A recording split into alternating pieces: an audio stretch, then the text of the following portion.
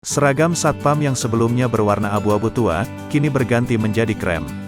Alih-alih supaya menjadi pembeda antara satpam dan polisi, keputusan tersebut justru menjadi perbincangan netizen di jagat media sosial. Seperti yang diunggah sebuah akun Instagram @dramakomuterline baru-baru ini. Dalam video yang beredar terlihat sekumpulan satpam yang diduga selesai menggelar apel di lapangan Bayangkara, Jalan Trunojoyo, Jakarta Selatan depan Mabes Polri. Dalam video itu, tampak seragam baru satpam telah jadi dan siap dikenakan. Melalui unggahan akun itu, terlihat pula atribut satpam yang lengkap mulai dari baju, celana, lencana berlogo Polda Metro Jaya hingga topi. Warna seragam baru satpam 2022, tulisnya dalam akun Drama Komuter Line seperti dikutip tribunnews.com, Minggu, tanggal 30 Januari tahun 2022. Dalam video itu, para satpam mengenakan seragam yang sudah dimodifikasi.